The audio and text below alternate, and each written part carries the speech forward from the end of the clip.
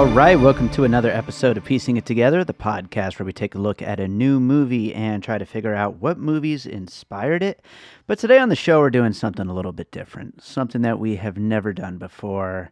Instead of looking at a new movie and trying to figure out what movies inspired it, we're looking at, strictly speaking, the opening credit sequence of a TV show. We're looking at James Gunn's Peacemaker and the opening credit sequence and trying to figure out what movies and what the hell inspired it. And joining me is Pete Abeyta from Middle Class Film Class. We have a great conversation coming up. It was his idea to do this episode, and it's a very ridiculous thing. I was almost going to just make it like a little special episode, but you know what? It turned out to be such a great conversation. We got into so many good puzzle pieces. It's a full episode. Let's do it. But before we get to it, I do want to remind you, as always, to make sure you're subscribed to Piecing It Together wherever you listen to podcasts. You can, of course, find us on Spotify, Pocket Casts, Apple Podcasts, on Good Pods, on Podchaser, all the big podcast apps. Wherever you listen, make sure you're subscribed. If there happens to be a place to click a 5-star button, hit the 5-star button. Why don't you? That would be awesome if you did that. You could also share the show, follow us on social media at Piecing Pod, join our Facebook group Popcorn and Puzzle Pieces, where we continue the conversation about all the movies we talk about here on the show. And don't forget to check out our Patreon, the Produced by David Rosen Patreon that combines bonus content from Piecing It Together, Awesome Movie Year, and from my music career. So lots of great content over there. It is patreon.com/bydavidrosen. And with that, let's talk about Peacemaker. All right, this should be a fun episode. That is absolutely for sure here. We are talking about the Peacemaker's intro. Ah, yes. First time doing anything like this. Pete Abeyta is here. Pete, how's it going? I'm doing great. I'm excited to be part of this funky episode. What a ridiculous idea. You brought this idea to me, by the way, and that's why we're doing this. I've had so many people suggest doing TV related episodes in the past, and I've never budged, but everybody wanted me to watch this intro. I watched it. It rules as much as everybody says it rules, and I said, you know what, screw it, let's do this. Yeah, and I didn't like Suicide Squad, but I loved The Suicide Squad. Sure, yeah. And I will follow James Gunn till the end. So when Peacemaker came out, I'm like, that seems like a weird spin-off, but he's never steered me wrong since Slither. So and I've been really enjoying the series so far. So. He made the impossible possible with this stuff. So before we get into the rest of the show, let's the first time you were on Piecing It Together was for our Matrix Super episode. So the little mini conversations, you didn't really get to introduce yourself to my listeners. So tell people about yourself and your podcast. So I'm one of the hosts of Middle Class Film Class. It's a movie news and recommendation show. We do 2 episodes a week. It used to be 1 long episode, and we've split it up between Gavin Chatter, which is just us talking about news, fun stories, goofy stuff, and then recommendations that's streaming that the 3 of us have watched, Joseph, Tyler, and I. And then at the end of the second episode in the week, those are Mondays, and then on Wednesdays we do 1 deep dive review into a movie from our spinning Wheel of Destiny. And a lot of the movies that we watch are just listener picks, fan picks. Mm-hmm. So the show's recorded kind of more or less live, like a radio show. So, live sound drops and sound segment intros and things like that. So, and we stream it live once a month through a local comedy theater called Stab Comedy on Twitch. Nice. Yeah. So it's a really fun time. And I've really enjoy the concept of piecing it together. And I've been, ever since I heard of your show, I've been following along, and now as I watch movies, I'm like, oh yeah, I got some puzzle pieces on this one. Nice. So it's a really fun thing. So I'm excited to be on. Oh, that's awesome. Well, I'm very happy to have you on and to be doing this episode. And I should get this out of the way right at the top here as we start getting into Peacemaker. I watch a lot of movies, obviously. Anybody with the movie podcast does. And it doesn't leave that much time left over for TV. I watch a few series here and there, but when it comes to the superhero stuff and the Star Wars stuff and all that, I kind of drew a line in the sand. I said, I just can't make time for this stuff. I'm not going to just watch one or two shows, and I'm going to watch none of them. Yeah. How about that? And as such, I haven't even watched the show we're about to talk about. I love it. Just the intro, and I've watched it multiple times, at least 6 or 7 times. I love it. Yeah. So, coming into this conversation, we are talking strictly about the intro. If you want to drop any nuggets about the entire series, feel free to. But yeah, like you said, the Suicide Squad, James Gunn's sort of reboot, halfway sequel to the failed Suicide Squad, which I guess is not failed. Some people actually like it. I don't understand how. But this one, the James Gunn one, was great. I had so much fun with it. It was one of the better superhero movies of last year, I felt. And this character was great. And so when I first heard there was going to be a spinoff, at first I kind of was like, that seems ridiculous. But then all these other, the Marvel ones are certainly popular, so why the hell not, I guess. Sure. Yeah. He was a fantastic part of TSS, of the Suicide Squad. Yeah. And, I mean, there's fans of everybody. People like Jake Paul for some reason. Yeah, sure. Anything's possible in pop culture, for That's sure. right. So Suicide Squad has a following out there. I don't know those people. Yeah. I would care not to. Yeah, absolutely. So with this show, I guess I should just ask you real quick, and then we'll get into some puzzle pieces. Do you like this show? Oh yeah, it's fantastic. It's good. I love it. I mean, we've been watching. My girlfriend and I have been watching it week by week, and I do like the new thing where they'll release 2 or 3 episodes at the beginning, and then spoon feed you every week like the old school TV days, because Sure. there's something there's the anticipation, and it adds to the appeal of the show, and this definitely has a story arc that you're like, where are they going with this? There's some mystery in the loop, which I'll talk about in a little bit. But I really do like it. It's fun, and it's if you already like James Gunn, this is it. It's like a pretty hard R version of his already kind of crude type of humor. Okay. Yeah, I'm pretty much sold on watching this, especially after doing this episode. But so before we get into pieces, I might as well just explain that the opening, for anyone who hasn't seen it, although you should, I mean, you can't really spoil an opening credit sequence, but basically Peacemaker, John Cena, and the rest of the cast, or I assume a bunch of the cast, are all doing this really ridiculous dance sequence to Do You Want to Taste It by Wigwam. It's a 2010 song that basically sounds like ridiculous 80s hair metal kind of. And it's just this totally over the top, nonsensical, kind of non sequitur, kind of weird, oddball intro that is definitely designed to get people talking, as obviously it has, since we're doing an entire episode on it. It worked. Yes, exactly. So let's get into some puzzle pieces. What do you have for your first one? My first puzzle piece is it's not a movie, but it's a band. And it's the general je ne sais quoi, the aura of Steel Panther. Sure. They are a modern hair metal glam band that I think they kind of hit right around 2005, 2008, right around there. And their songs are absolutely ridiculous. You cannot take them seriously, but they play them 100% straight, which is the vibe that I get of this intro.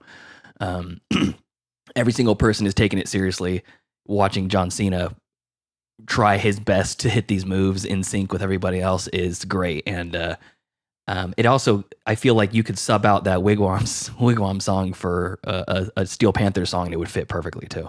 Right, absolutely. When you first started with this piece, I thought you were going to go with the darkness. Which I love the darkness. Yeah, they could totally fit in that same box right there of just totally straight-faced ridiculousness and that metal vibe. And yeah, I think that's a great piece, though, to start it off with Steel Panther. Excellent stuff. I love that. I love that when so ridiculous. And I like straight up funny too, like something like Tenacious D or whatever that like is 100% telegraphing the joke and isn't trying to hide it. But it's great when they could kind of, I don't know, just that straight facedness of it. It adds a different layer. Well, Tenacious D is a legitimately competent band as well. And same thing can be said about Steel Panther. They Right. wear the most ridiculous outfits that are clearly poking fun of that whole era, but you can't deny that they're musicians that are really good at their craft.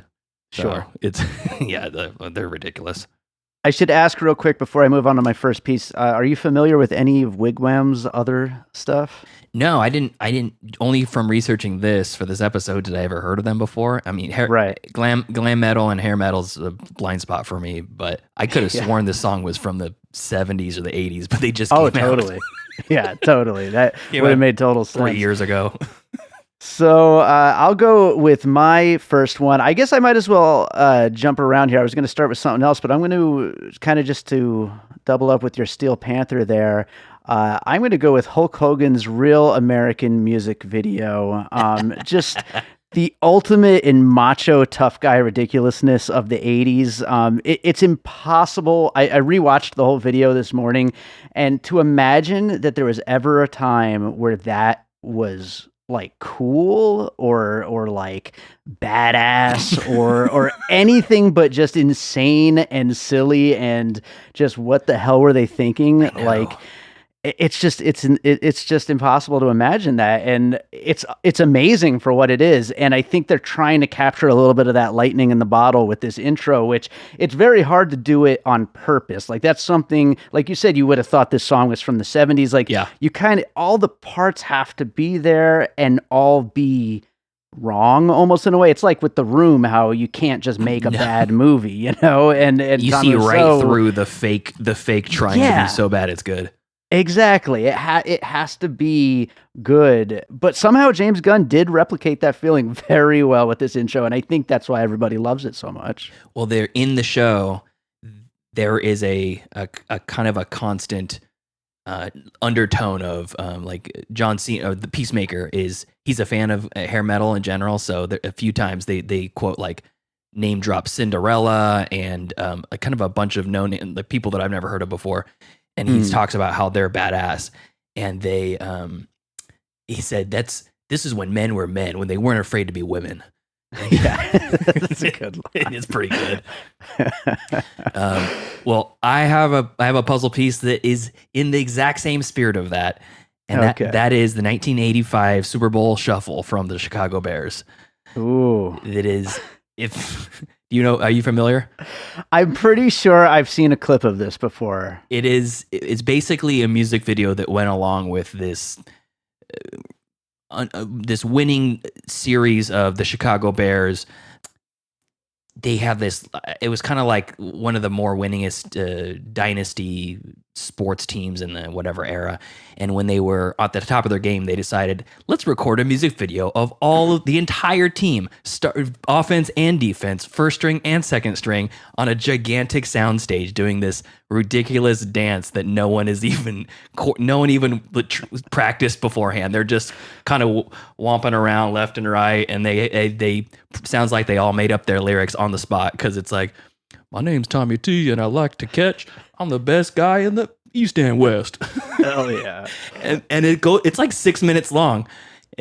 And to your point, at what point did someone go, this is it? This is what people want. This is going to burn up the charts. This is going to be remembered for being awesome. Oh, I know. And then the side note to that is just watching these beefcakes on stage kind of, jive around and stuff. It's so funny. And John Cena is the same way. He's one of the most yoked guys you'll ever see. And seeing him on dancing around in his outfit it's fantastic. Absolutely. So I'll go to my next piece, getting over to some movies here. I'm going to go with a movie that comes up on Piecing It Together quite often. It's Little Miss Sunshine. Such a, just like a fun, sweet movie. And it all leads up to this little girl talent show that the little girl is so dead set on getting to that her whole family drops everything and goes on this insane road trip trying to get there. And when they finally get there, she basically is awful and has nothing nothing to really show in this dance competition. And so her family all jumps up with her to like make her not feel like such a weirdo. And they're all weirdos together, and it's fun and ridiculous and sweet.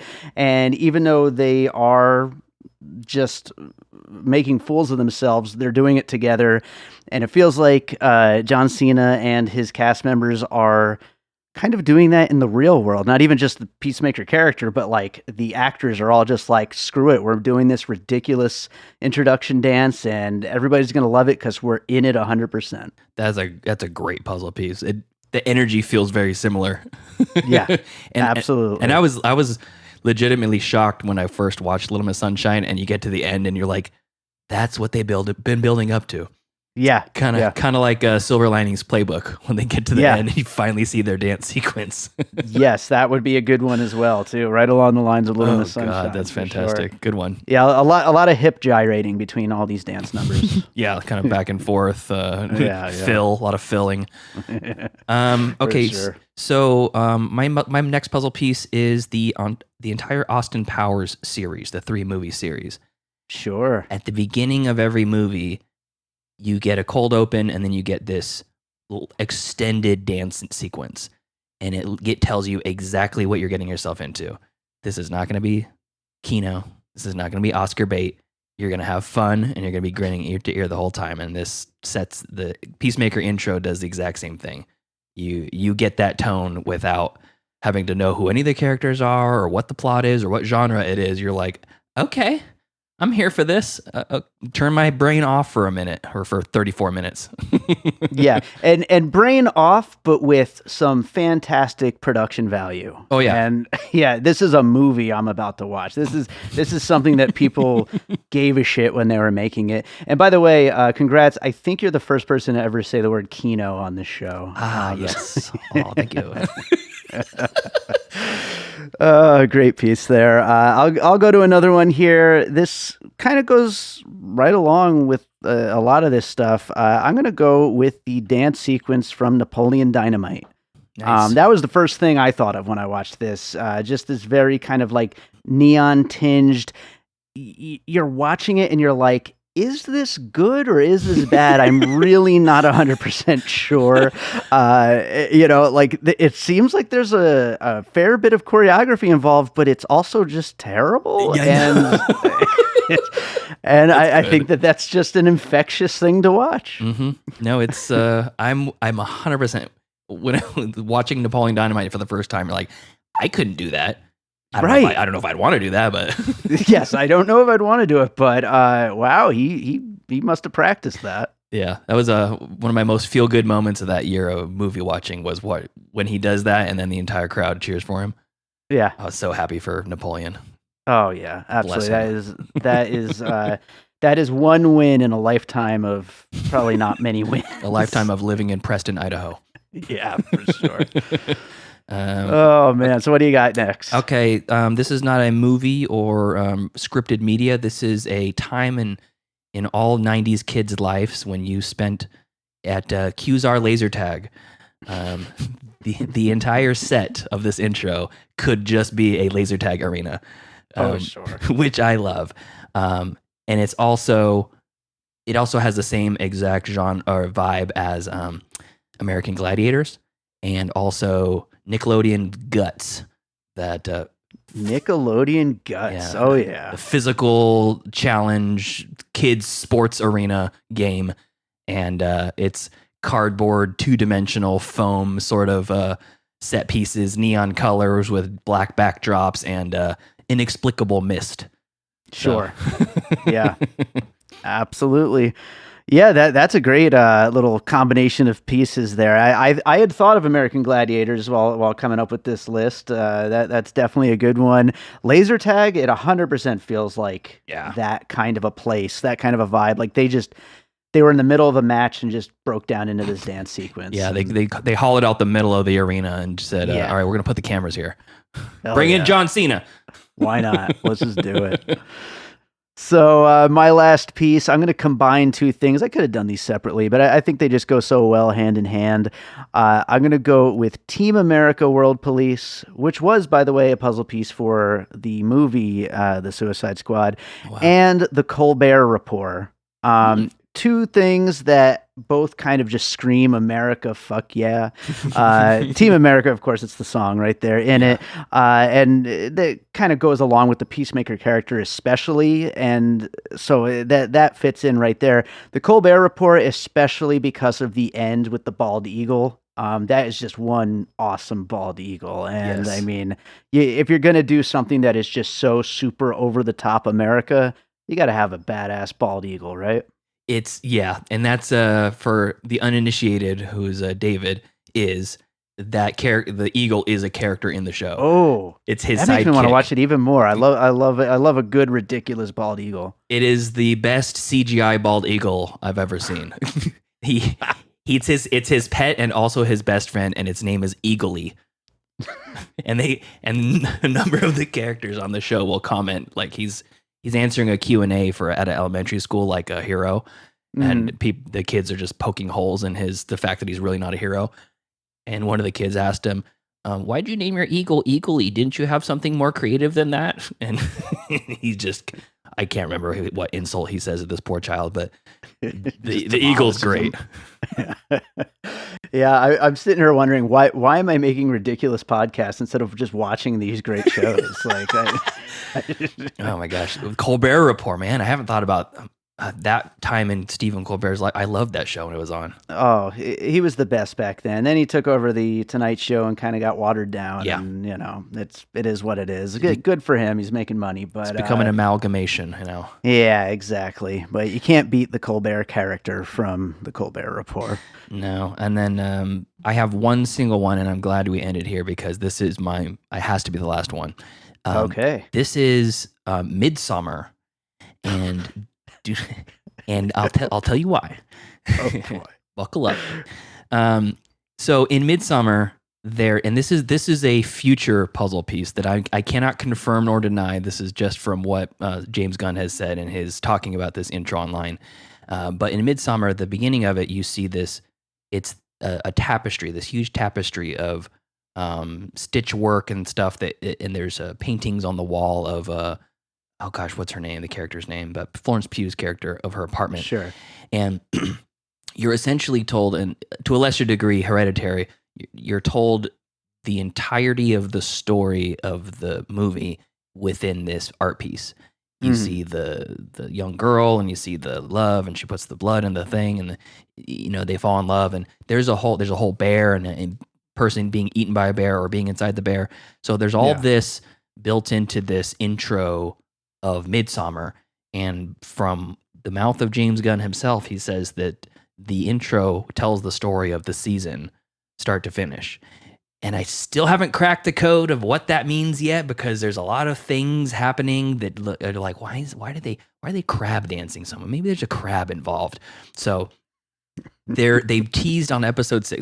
We're recording this 2 weeks before the premiere, and I'm on episode 6. Tomorrow's episode 7. And they've teased the idea of there being a cow in the movie. And they say, there's a cow where this whatever stuff is coming from, and we need to find the cow. And the name of the final episode of the season is, it's called, It's Cow or Never. And I think the cow is not a cow, but I think the cow is actually a giant crab. That's what I'm going to think, that the little dance moves that they're doing with the crab walk over and over again in this, I think that there's some sort of crab involved. And then that's my bold guess. And my second tiny guess is that there's a kung fu fighting sort of character that is eliminated earlier in the season. I think he's going to come back and be part of their squad because he's the green guy that jumps on John Cena's shoulders. Okay. He's not introduced until episode 3 or 4, and he has a short run and then he's gone. I think he's coming back for the finale, and he's going to switch sides and be homies with the Peacemaker. So okay, and I picked that up. We get some predictions here. I like it. We shall see. Egg on my face or not. Yeah, you might sound like just a raving lunatic when this goes up the day after the finale. I know. That's okay. That's most of my life. Yeah, sure. So our finished puzzle here. We talked about. I mean, some full movies don't get this many puzzle pieces. Yeah. We talked about a bunch of stuff. We got in here Steel Panther, also threw in The Darkness and Tenacious D while we were talking about that. Hulk Hogan's Real American music video, the Chicago Bears Super Bowl Shuffle, Little Miss Sunshine, the Austin Powers series openings, Napoleon Dynamite, Qzar Laser Tag, American Gladiators, Nickelodeon's Guts, The Colbert Report, Team America World Police, and, of course, Midsommar. Yes. Wow, what a list of puzzle pieces for the intro to a TV show. Some fantastic stuff here. Any other thoughts on the intro itself before we wrap that up?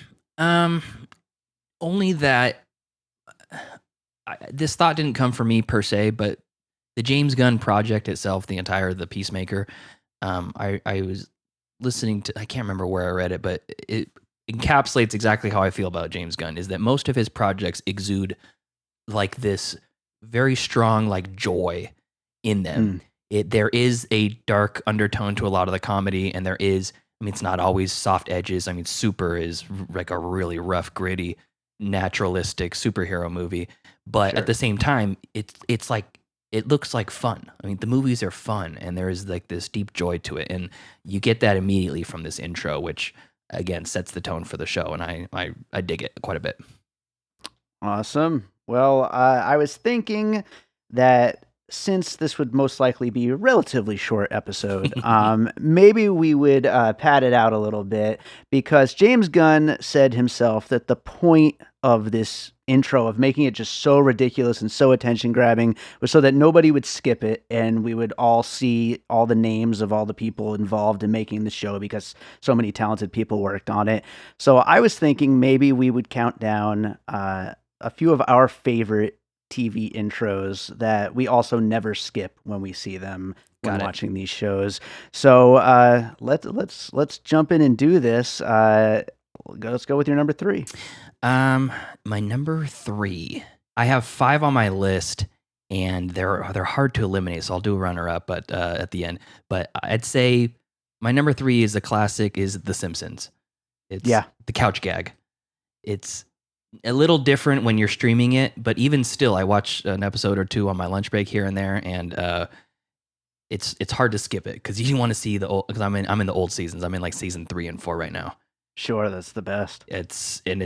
You get the little writing on the chalkboard at the beginning, Bart writing on the chalkboard, then you get the little saxophone tune that's different most episodes, and then you get the couch gag. So I love it.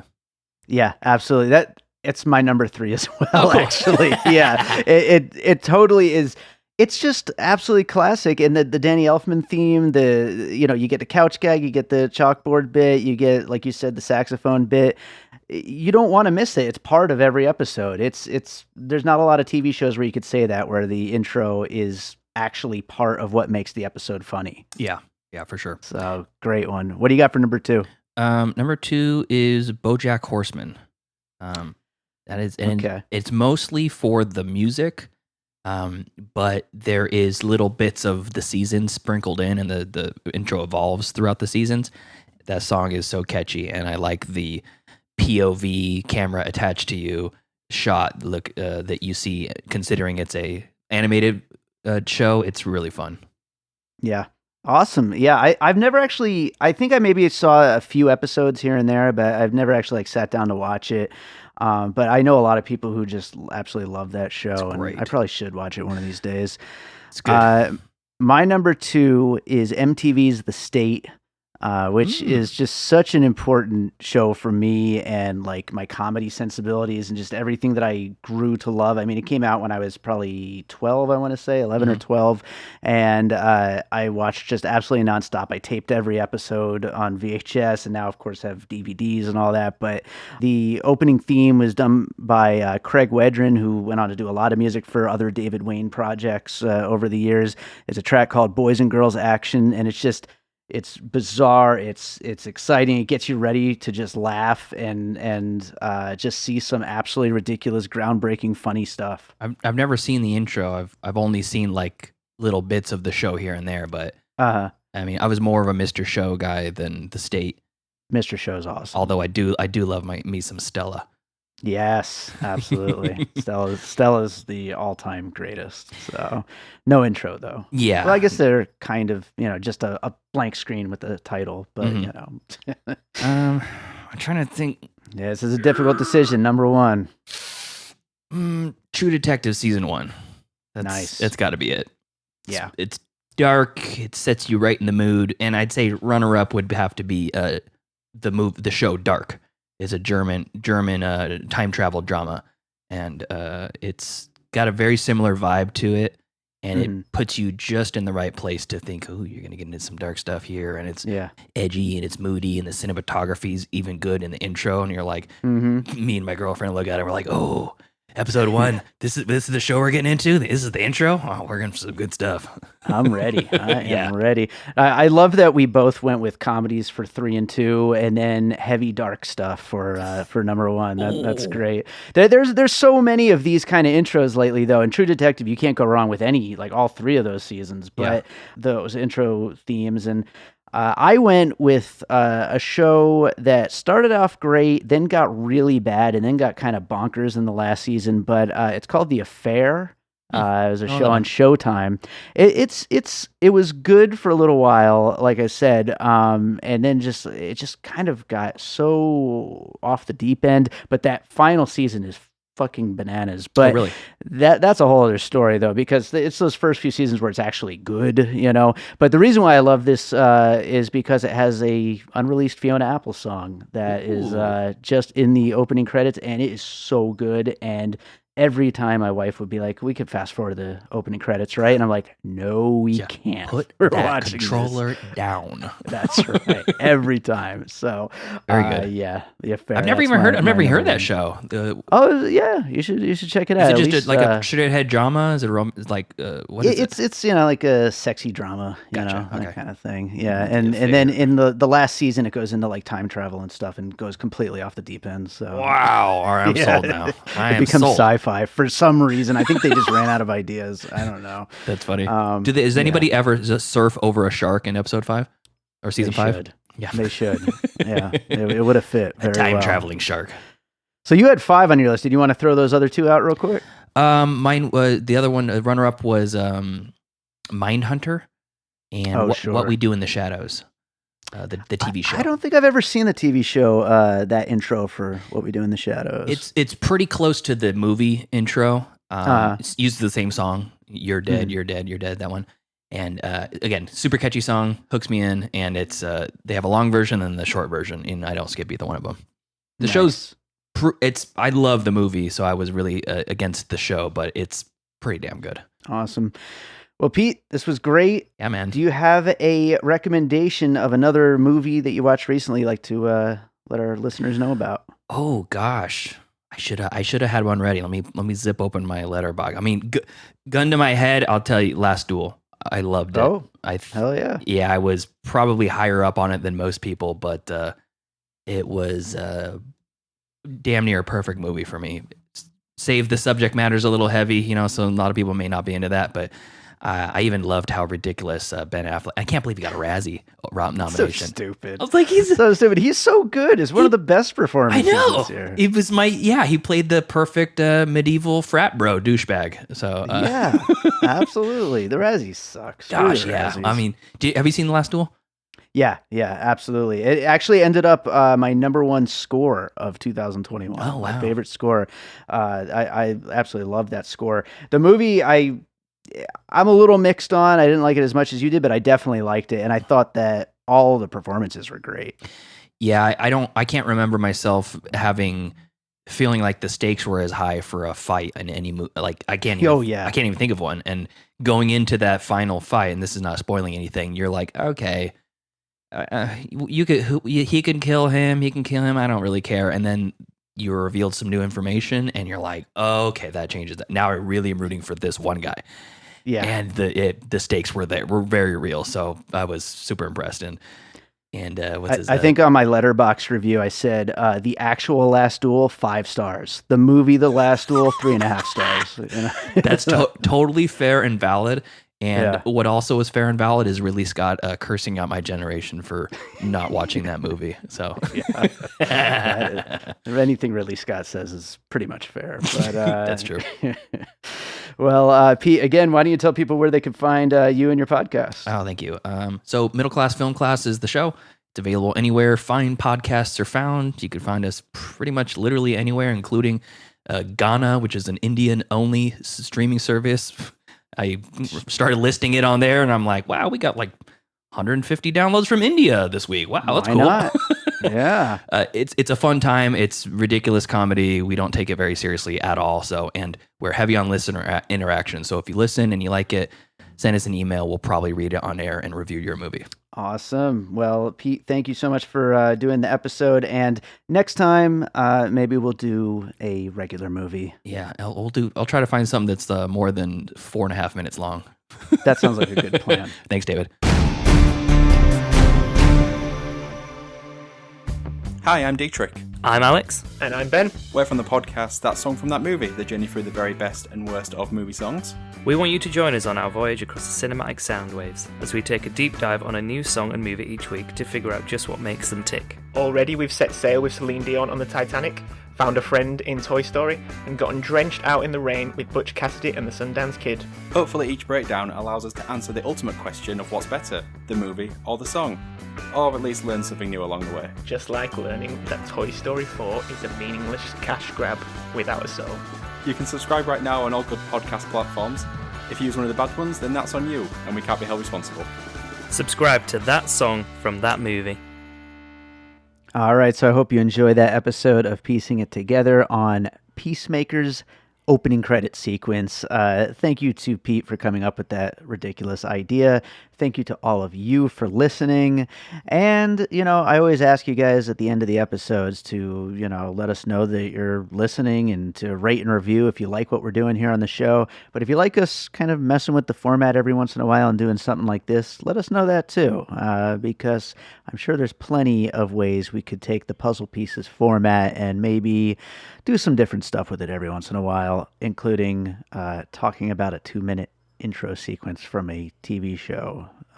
So strange. But anyway, yes, make sure you're subscribed wherever you listen to podcasts and rate and review us if you like what we're doing here on the show. 5 stars would be awesome.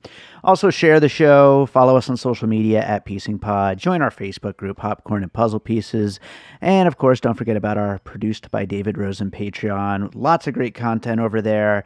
I am currently in the middle of working on a lot of new music, and I will be posting some sneak peeks on the Patreon first, as well as a soundtrack album that is basically done and ready to go that I'm probably not going to release as a official release, but it will be exclusively on the Patreon. So all that and lots more. We're actually recording next week a new awesome movie here specifically for the Patreon. So lots of cool stuff. Check it out.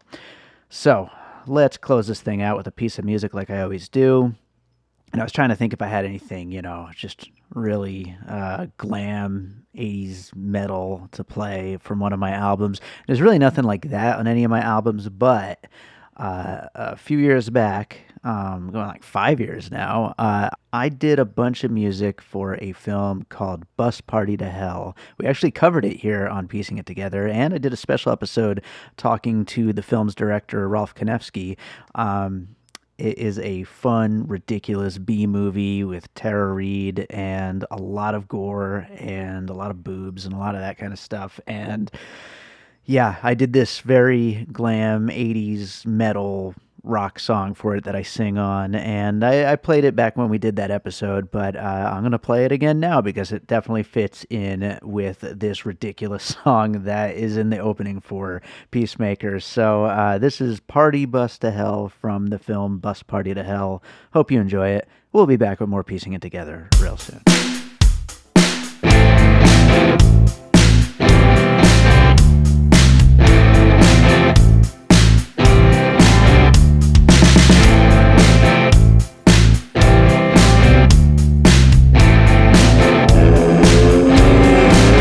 We're on a party bus.